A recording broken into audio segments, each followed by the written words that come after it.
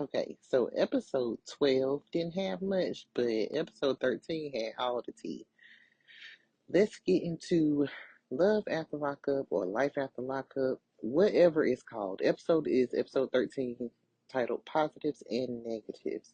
We start out at Brooke's house. I don't know if this is her house or her mama's house, but we are there, and Brooke is in this bathroom with these pregnancy tests. She got some positives and she got some negatives. So she goes in the kitchen for breakfast, and her mom, I guess her mom prepared breakfast, and they get to talking about JK and how he broke his promise to the kids, and he's not being there for them. And I don't know what she expected. Like, you thought you was gonna break up and this man was gonna become a full-time father to these kids, whose full-time father is not a full-time father to them. I don't know what she was thinking. So anyway, they call the kids for breakfast. The kids are no, not no. They She's sitting there, she's talking to her mom, and the mom's like, I don't know. He's showing what kind of person he is. I can't believe he broke all his promises to the boys and whatever, because the kids hadn't heard from him either. And Brooke was like, well, I guess we're gonna find out. And the mama said, I feel like we already found out. She was like, well, we really gonna see. And the mom looking at her like, what you talking about? So Brooke is like, when I was just in the bathroom just now, I took multiple pregnancy tests while I was in there. And the look on her mom's face, I just feel like she is so disappointed. Like, she's already helping you. She's had these kids while you was over there playing house at JK's mama's house, doing grown people stuff in that woman's house. The mama looks so disappointed. I feel bad for her because you raise your kids, you hope they do the right thing, but you just out here like, this man has nothing. You don't have nothing. She didn't think about none of this when she walked off her job because JK was at another woman's house, and you still trying to have a baby with him. That's crazy. So Brooke is like, well, four of them were positive and two of them were negative, so I don't really know what it means. My mama was like, let's hope it means you're not pregnant. And then Brooke says, and I don't have a job. And she just has this nonchalant attitude about it. Her mama was like, just disappointed. I know, as a mother, I know how disappointed I would be. So her mama was like, let me see the test. She hoping and praying that she put her glasses on and find something different on this test. So she goes and gets a box of tests out of her bag and lays them individually on the counter, like they don't contain urine. The kitchen counter at that. And her mom was like, why are you walking around with six freaking pregnancy tests in your purse? And she said, well, we've been trying to have a baby. Girl, what? My mama was like, all she's been doing is lying. Like, everybody thought Britt was getting up, going to work, doing what she had to do, standing on business. Nope, she just messing around. Her mama was like, no, she said, I just got tired of you bitching about it, so I didn't want to bring it up because I should be able to come talk to you because you're my mom. My mom was like, yeah, and I should be able to tell you when you messing up. She said effing up, but I be trying not to cuss in these things. I don't know how long that's gonna last. Her mama was like, listen, you need to keep your mouth closed to him and everybody else until you figure out if you are really pregnant, until you go to the doctor. She was like, no, I'm going to go to him and I'm going to tell him this is what it is, and we got to figure out how to raise this baby. And I'm just like, I feel like this is Shantae. I don't know if y'all remember Shantae. She was a bigger girl, dark skinned girl, and her and the boy had broke up, and then all of a sudden she was pregnant, and she was pregnant with twins, and then they went to the ultrasound place, and we couldn't see. No, for some reason they couldn't. She went to the ultrasound place that looked like a store, and they couldn't do the ultrasound. She didn't want him to go in with her. It was just a whole weird vibe. It was given, I'm trying to keep you on the hook, and that's what I feel like she's doing. Like, did she pee on these sticks? Because they say you could put apple cider vinegar on them and they will turn positive. So I don't know. So after her mama told her not to go around there, what she do? The next thing, she knocking on them people's door, and then while she's knocking, they take us to um. Ooh, what is that man's name? Daniel, Bianca, and Daniel. Daniel said he got to go to court in another city or another state or something because he was shoplifting stuff, and he just wanted to be alone. He don't want to be bothered with Bianca. She irresponsible. He tired of her. That man is tired. Anytime somebody want to go on a trip alone without you, they're tired of you. And I don't blame them. Because all she do is whine. She want to get married just to say she married. Y'all not getting along. What you want a ring for? Bianca's little meltdown. They take us over here with Justine and Michael. I am still not interested in their story. They're still trying to make me believe that they're really arguing over whether to start a business or to have an actual wedding, a $60,000 wedding or a $100,000 business. They're at this meeting with this other couple, and the other couple is like, "Well, it's going to be $100,000," and the lady was Justine was like, "I don't want to, you know, I don't want it to come out of my wedding budget." So the other lady was like, well, would you be willing to postpone the wedding? And Michael's like, yeah. Justine neck snap, like, what? So then they go outside. She gets up and leaves, and because she's pissed, and they're outside arguing. She was like, I stand by you. I'll put it off for the kids, for but I don't want to put my wedding off for another business venture or whatever. And I just feel like 60K on a wedding when you don't have it, like if it's not disposed, like you don't have that income to spend that much on a wedding. You're already married. And I understand every girl wants their day. But girl, go get you a nice dress, let him get a nice tux, and do a bomb photo shoot. That's all you need. Like why I don't know. Let me because I don't know nothing about that. I got married at home, um, because I didn't want to spend a whole lot of money professing my love to my husband in front of people and feeding them, and we don't get anything. That's not an investment for me. It's just not. So I can't really speak on it, but I'm not interested in their story. Enough about them. We get over here at Will's house. He's playing his video games, and he looks like he does that often. I don't know. He just gives video gamer. So we're over here at Will's house. His phone, while he's playing this game, his phone rings, and of course it's Courtney. And Courtney is on the phone whining about having to be an adult. Courtney says she's having to find a way to and from work. She's having to rely on everybody because Will is not, an ATM machine. He's not giving her anything. And he was like, I don't know what you want me to do. I can't just drop everything I'm doing every time you go to jail. This lady said, if you're not going to support me and build me up like you're supposed to, then yeah, you deserve to not be talked to for a few days. I said, oh my, entitled are we? Will said, listen, if you want to behave like a single woman, then you can be a single woman. She was like, you really think that's what I want? It sounds like it. It sounds like you want to be a single woman, and then you want to string Mark along. You know Mark want more than to be your friend, and you're using that man, and he's going to expect something in return. So he was like, well, you got Mark over. He brings up Mark, and she was like, well, what you want me to do? I called you and I asked you for money last week, and you got mad at me. And he was like, you said you got to find a ride to and from work. If you got a job, why are you calling me asking me for money? She was like, because I just started here and I haven't got my first paycheck. What do you want me to do? And I'm just like, and then it cuts to her confessional. She says, when I was flipping cars, I used to make like 5 to 10 grand a week, and you have absolutely nothing to show for it. You were making 5 to 10 grand a week and spending 5 to 10 grand a week. That's just dumb. So now she works at this auto shop, but she's saying that it's not enough to support herself, and Will promised her an allowance of $1,000 a month. I think she said, but she's only seen 300. Honey, you are an adult. You cannot live off somebody else's promises. Anytime you allow a man to feed you, that same man can starve you. And that's what's going to happen if you don't act the way he wants you to act. That's why you need to get out and do your own thing. I'm not saying Will is wrong for cutting her off because obviously you're still using drugs.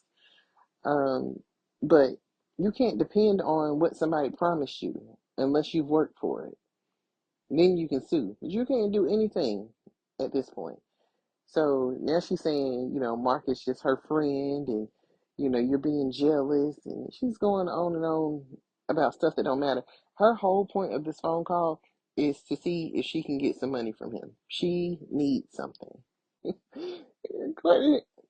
She said something that triggered him about being jealous of Mark. And he was like, well, go date Mark then. She was like, I don't want to date Mark.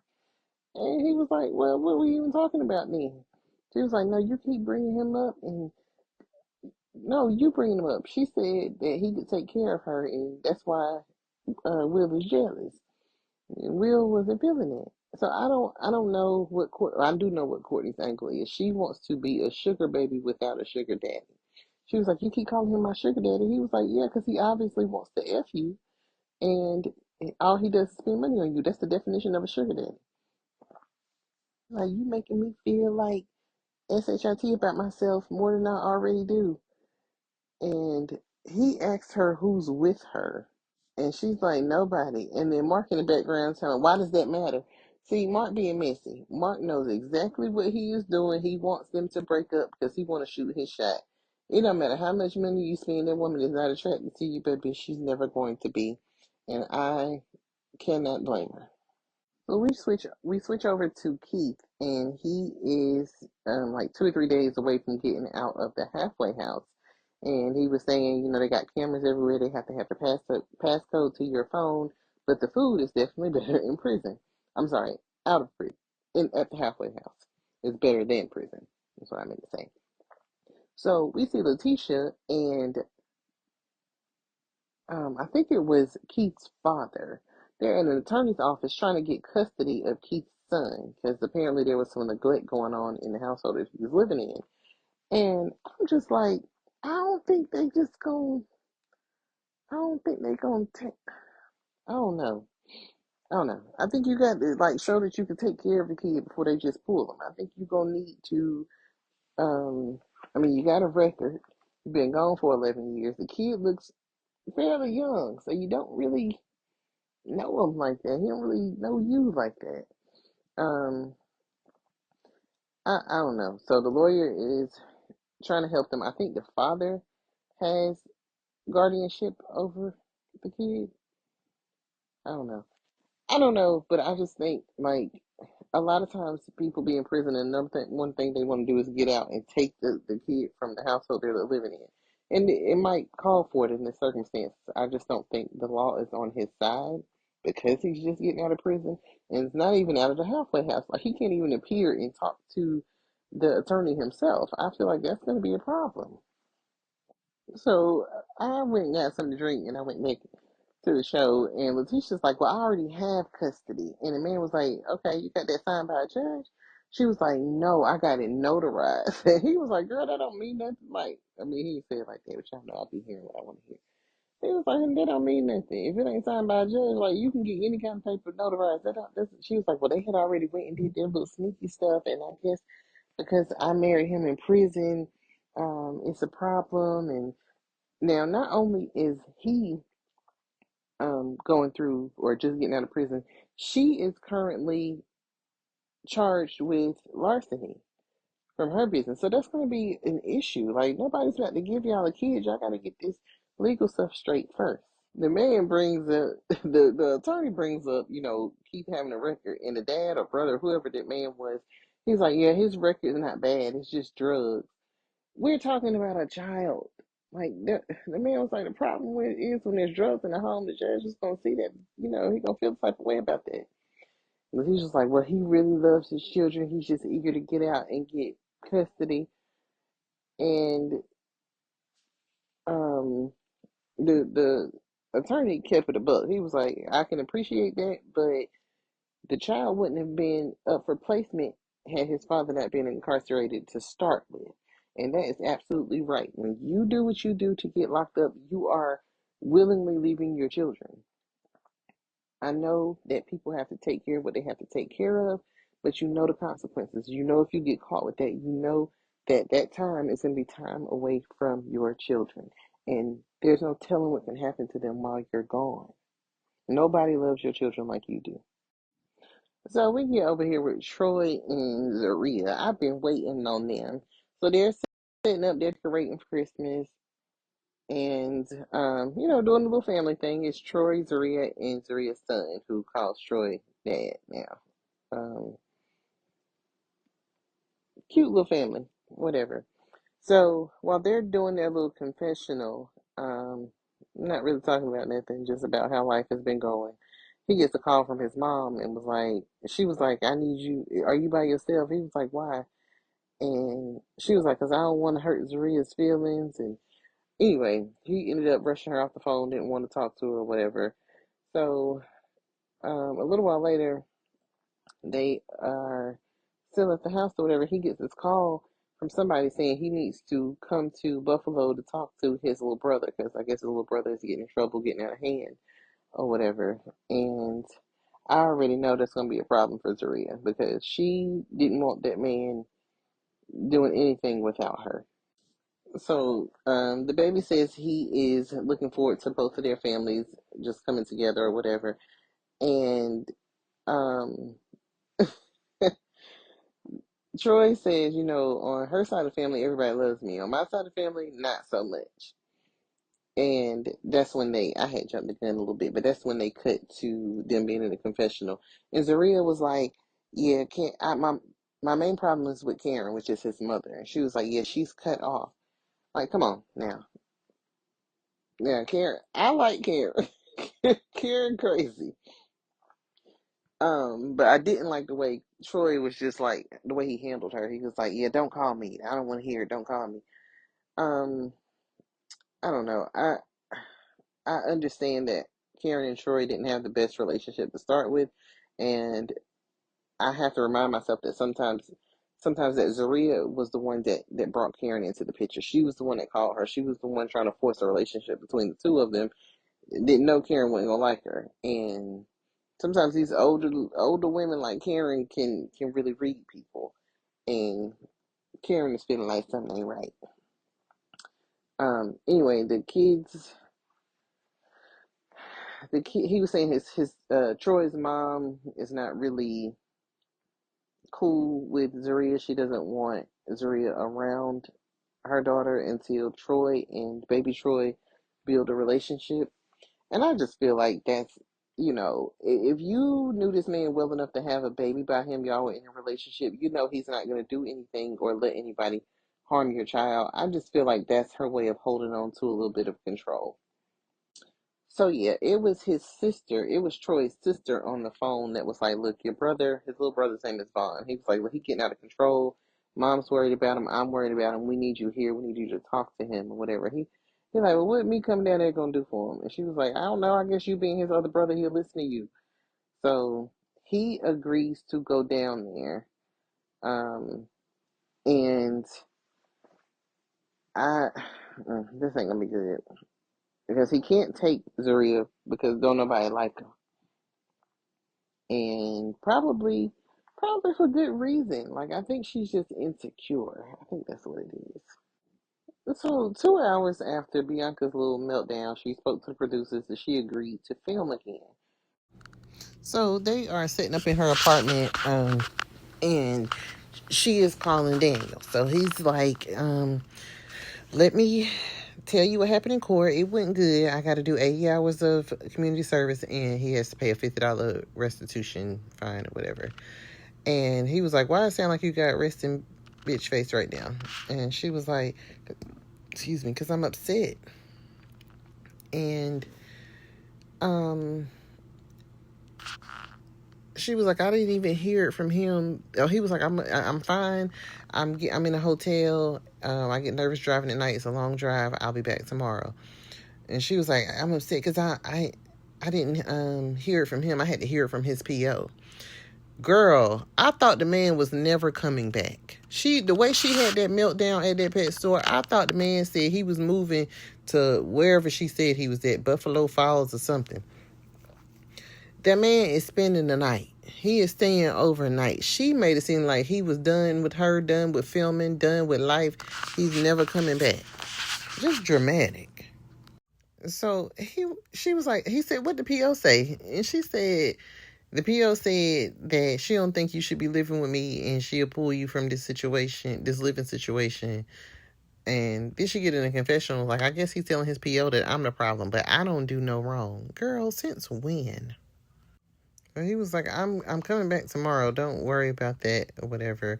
And I don't know if that's what the PO said to her. I don't know. Um, but he told her, don't worry about it. She was like, he's being shady and I don't like this side of him. And And she was like, normally I would go drink, but I don't drink anymore. So she's feeling like he in the hotel because he scored some fentanyl and he about to go use and this and the third. And this is why y'all don't need to be married. You don't trust him. You feel like you can't trust him. Y'all don't need to, you don't need that ring, sis. You don't need it at all. So this next scene, it kind of hurt my feelings a little bit. So it's the night before or the day before Keith comes home. He records a little something on his phone saying he's ready to see his wife and he, ready to get out of the halfway house. So we get over to Letitia's house and her baby girl, she's probably like 8, 9, I don't know. But they're in the kitchen and they're baking. It's a cute little scene. And the baby was like, she was like, guess what? Daddy's coming home tomorrow. And, the baby's all excited about it. And they get to having this conversation about how the sister doesn't call him, or he's not the sister's dad, he's her dad. And the mom was like, or Letitia's like, well, he's not your biological dad. And the baby was like, well, I thought he was my biological dad, my real dad. And that just broke my heart because this baby's kind of far in life not to know who her father is. And she says that the baby just started calling him dad on her own. The problem I have with it is this baby is no less than 8. I'll say no less than 8. She might be 10. Letitia and Keith met 4 years ago. So I don't know. I just feel like she was between the age of 4 and 6 when you met. She's never known who her father is, and even if he's a deadbeat, like she should. I don't know. I've never been in this situation, but this baby not knowing that that's not her biological father until this late in the game, like that's crazy. And then she had asked him learn on camera, like that I don't like that. So Letitia says Keith is a family man and she's ready to blend their families. And I'm like, baby, you don't know what kind of man he is. Like, people kill me thinking they know somebody. The person that's been in a box for 11 years is completely different from a person all out in the world. I'm not saying he can't come home and be the best man he can be, but like, you shouldn't involve your children, man. So Michael's on the couch with his baby. I'm sorry, we're back to Michael and Justine. Y'all know this is not my favorite couple. I love them as a couple, but I feel like they don't have a storyline. They're just on here for a check. He's on the couch with his baby, telling his mama that his mama's there too. He's telling her that Justine called him a mama's boy. Like, you're telling your mother on her. That's insane to me. Justine comes down and she's like, I don't like the way you talked to me during that encounter. I feel like I am doing all the sacrificing. I've had to put all these things on hold and you didn't even think twice about it.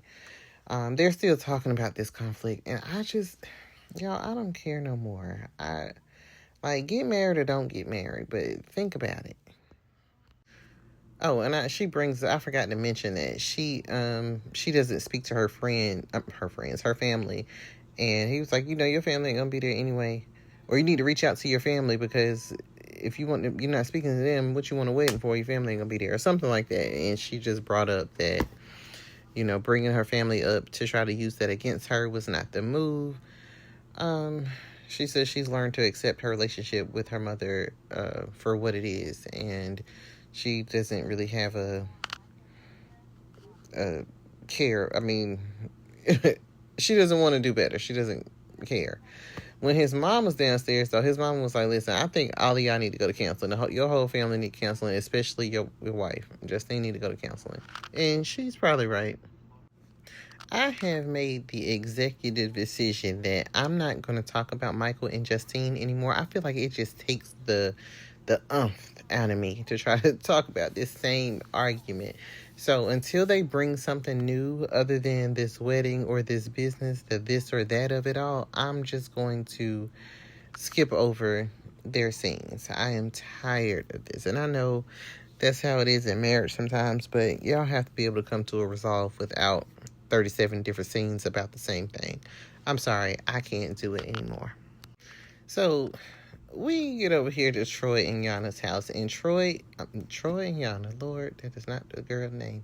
Troy and Zaria's house, and Troy is laying down trying to make a phone call. He's calling his little brother. He's not getting an answer, so he decides he's gonna go down here and see what's up. He said his brother feels like he hasn't been there for him. He's been incarcerated, as he keeps saying. He's been in prison. His brother lived with his aunt. I guess they have their own aunts. He said mom had them separated when they were younger. Troy lived with his aunt. The brother lived with another aunt. So they didn't really grow up together, and he feels like this is his chance to be there for his brother. So he starts packing his bags. He walks into the kitchen where Zaria is cooking breakfast, and he's got these bags. She's like, why do you have your bags? He was like, I got to go take care of some family business. She was like, oh, are you going to see baby Troy? And he was like, I'm going to try to see her while I'm down there. She was like, well, if you're going to see her, then I want to come too. He was like, well, she was like, I want to talk to her mother, and that way we can get her. And, she's just going off on the deep end or whatever. And he's like, I need to go see about my brother first, and we can go from there. So she's like, all right, Troy. And I know from that, all right, Troy, she does not trust him going down there. She thinks he's going to do something that he ain't got no business doing. She don't trust that man no further than she can see him because of her own insecurities. I feel like he's a good dude. I feel like he's doing all that he can do. But sometimes you have to step outside of your home and do stuff for your family. And she has to be okay with that. But she wants to go too. And you've had all the time in the world to talk to that girl's mother. You can call her on the phone. You don't want to go see that baby. You want to go keep an eye on Troy. He's like, it's just going to be 2 days. And she was like, well, clearly you already got your mind made up, so I'm not going to go back and forth with you, blah, blah, blah. And he just walks out the door, put his bags in the car. Like, at this point, he's just used to her tantrums, I believe. So Troy comes back in the house after he puts his bags in the car, and he's like, he sits down, they're eating breakfast, and he's like, the food's good. And she said, well, choke on it then. And see, I feel like disrespect is disrespect. You cannot act like that because this man is going to see his family. That is the rudest. I mean, he was like, excuse me? And he was like, I told you I'm coming right back. What's the issue? And she was like, the fact that you're not including me right now. And I'm like, I don't know. She's just too needy for me. Now, I will say this. Troy was wrong. You don't tell your wife that you're going out of town when you already standing at the door with your bags packed. That I can see as a problem. I feel like that would be a problem for me. Because what? He was wrong in that instant. But to tell him to choke on his food and he hasn't done anything, wrong, yeah, he could have communicated a little bit, but he made a split decision, and that was wrong. And you can't do that when you're married. I mean, you can do it, but you got to communicate. He should have told her before he packed the bag. Yeah, he was wrong in that part of it. Even if he was thinking about going, he should have mentioned it when he got that first phone call. So Zaria said he didn't talk to nobody today about it. So when he got the phone call was actually last night. When he got that phone call last night, he knew that he was going on this trip, and he didn't mention it. She said when he got off the phone call, she asked him was anything wrong, and he said no. So that's lying. That's what she said. And he's like, stuck between a rock and a hard place, because it's like, yeah, it could be perceived as a lie, but it was just one of those things where it didn't really concern her. I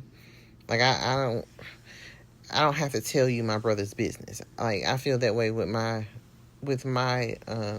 family, with my husband. When my sister's going through things, I can tell you, yeah, my sister's going through something, I gotta go, but I don't need to tell you exactly what it is. And in this case, he doesn't know what it is. Since he hasn't spoken to his brother, everybody's just calling and saying he's wild and you need to come see about him. And that's what he's trying to do. So she's yelling he's pulling out the driveway. She yelling his name out the window. Girl, don't be ghetto. And now all of a sudden she need to have a conversation with him about something else. So, it is what it is. So it's release day for Keith. And Letitia drops her baby off at school. Then she goes to get him. And they go to this family-ish dinner. I don't know who these people are. Keith's stepmother, who raised him, has a conversation with him about, basically,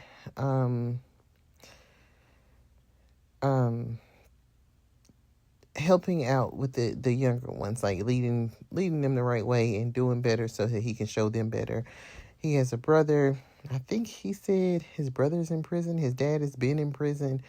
And they've lost people to the system. They have a lot of experience with that. That's what he said. He says now that he's completely free, like he's out of the halfway house, his number one priority is to get custody of his son, Damari, because it's his responsibility to make sure he's safe. And, you know, they switch over to Will, and Will is out in the wilderness. I don't know what he out here doing. I'm sorry, I keep calling that man Will. His name is Daniel. He is out. It looks like he's in the middle of nowhere. I don't see nothing but weeds and whatever that stuff is called. He's like, Bianca called him, but he just didn't want to talk to her. He is tired of Bianca. I don't know no other way to say it. That man is sick of Bianca. She's at home. She's like she unpacking, and she's saying he's not communicating with her, and you know her whole spiel. And there's a reason for that. So she says it's very scary that he has all this freedom and he has a car and he can pretty much do what he wants to do. And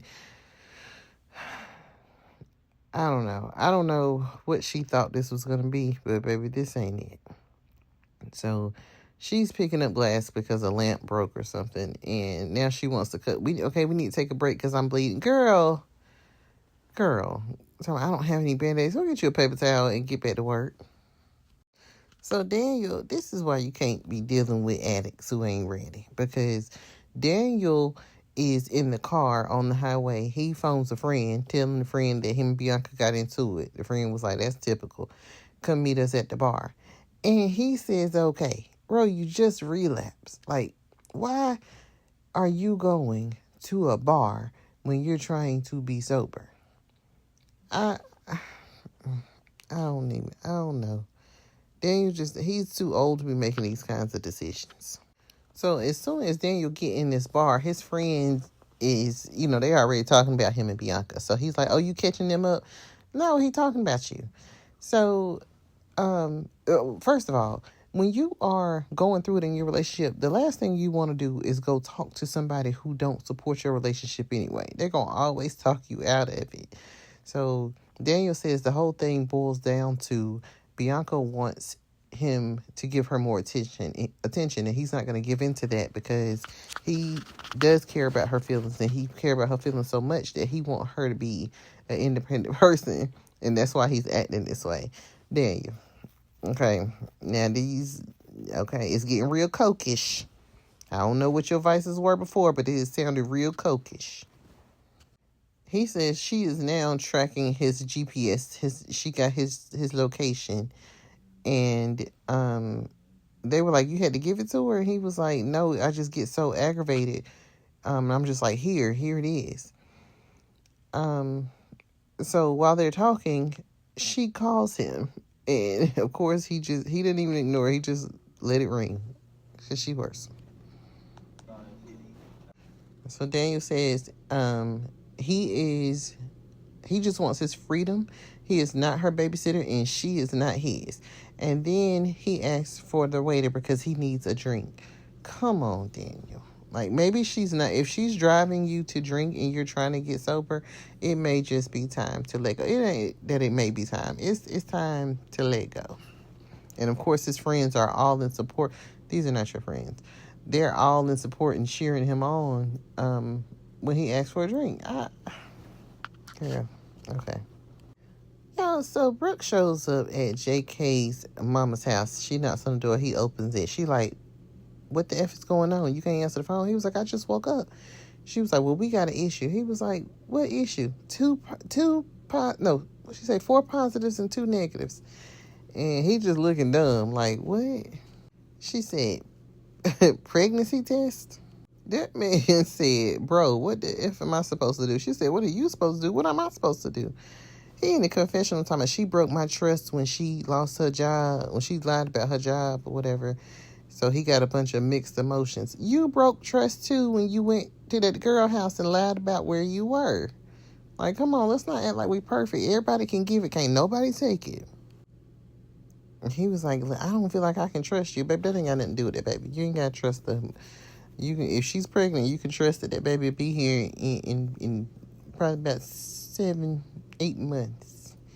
That's what you can trust. And she was like, well, I'm not comfortable with you going to your girlfriend's house. So, but I'm the bad guy. Listen, y'all, we past all that. Y'all probably ain't going to be together in the long run anyway. If you're going to have the baby, have the baby. If you're pregnant, be pregnant. I don't know what to tell you. But we're not going to keep arguing about this.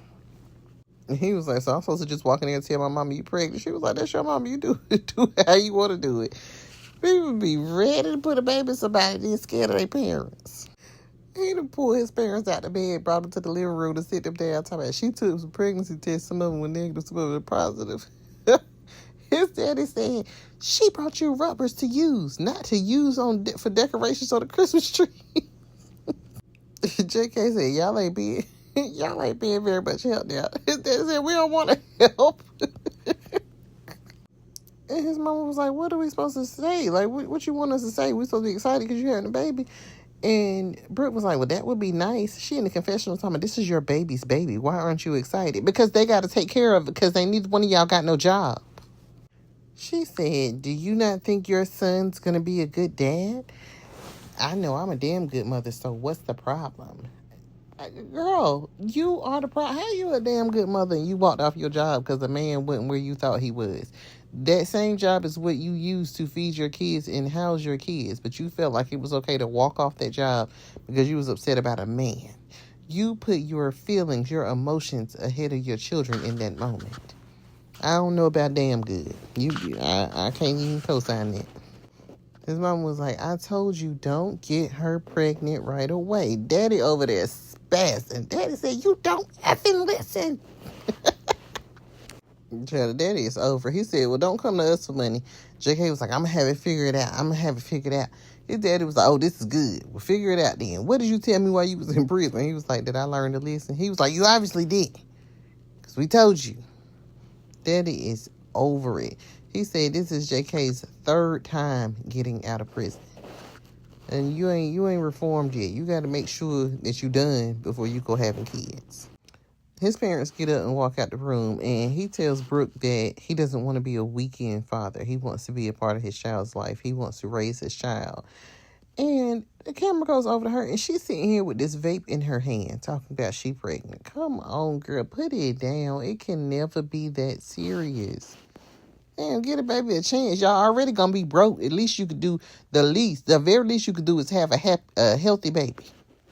Then JK get in the confessional trying to be all philosophical, talking about, when you really think about it, are we in the best place to bring a child in? No, you're not. You ain't even in your own place. The best place. You at somebody else's house.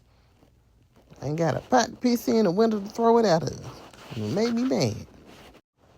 So, they take us back over here to Will and Courtney, and they replay the whole situation where Will is like, who are you with? And she was like, I'm not with anybody. And Mark in the background talking about, it doesn't matter who you're with or something. And the way she looked at him, oh my gosh. Yeah, it was funny to me. Anyway, she's on the phone with Will, and she was like, I'm not going to be perfect all the time. He was like, I'm not asking you to be perfect. I'm asking you to stay out of jail for longer than a couple of weeks. And she was like, you don't know what it's like to get out of prison and have to live a different way. Don't nobody know what it's like. We don't want to know what it's like. We don't want to experience that. It's good that he don't know what it's like.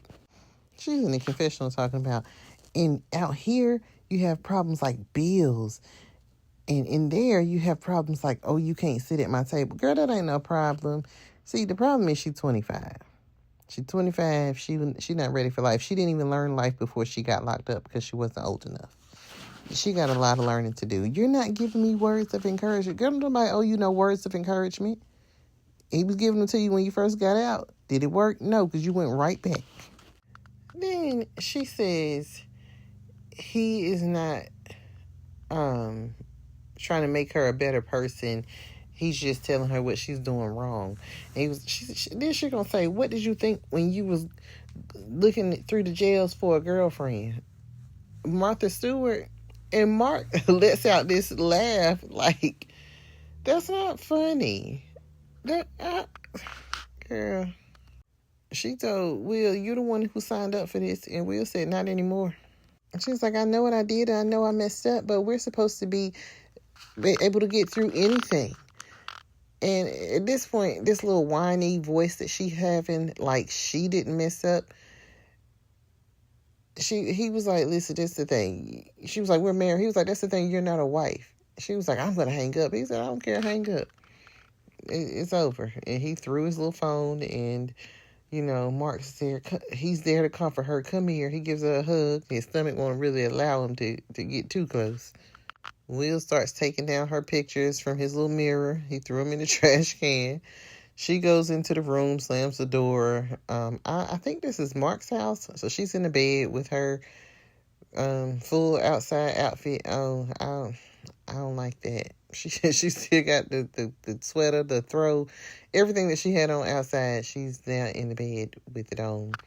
And she's kind of reminiscing about Will and how she loves him and she wants him over everything else. And I just don't believe it. I feel like she imagined this life where Will just gave her everything that she wanted and she didn't have to get out and work and be an adult. She wasn't looking forward to adulting. And I understand that because it's ghetto.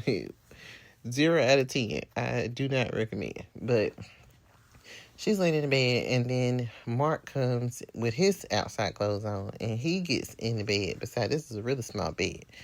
He gets in the bed or whatever. He's telling her he would never do that to her, and he's not the only one, and whatever. So Will goes out for his confessional. He's outside, and the producer asks him, "Have they ever been intimate?" And he's like, "You want to know the truth or you want to lie?" And they're like, "We want the truth, of course." And he was like, "Well, I do know she's a really loyal woman." Like, tell the truth and shame the devil. Have you ever done anything with him? I mean, with her. I'm sorry, I skipped over a part. He said, when they asked him had they been intimate, he said, "We've had our fun." So I don't know what that means, and I don't know how if they do get back together and Will sees this, when she keeps saying he's just a friend, Miss Marquis, that's gonna be a problem. Because what does fun mean? Did y'all just kiss? Was it just like what happened? I don't know. But this was the last clip of the episode. I hope it's good next week, because if it is, I'll be coming back. If you're not, I'll skip a week.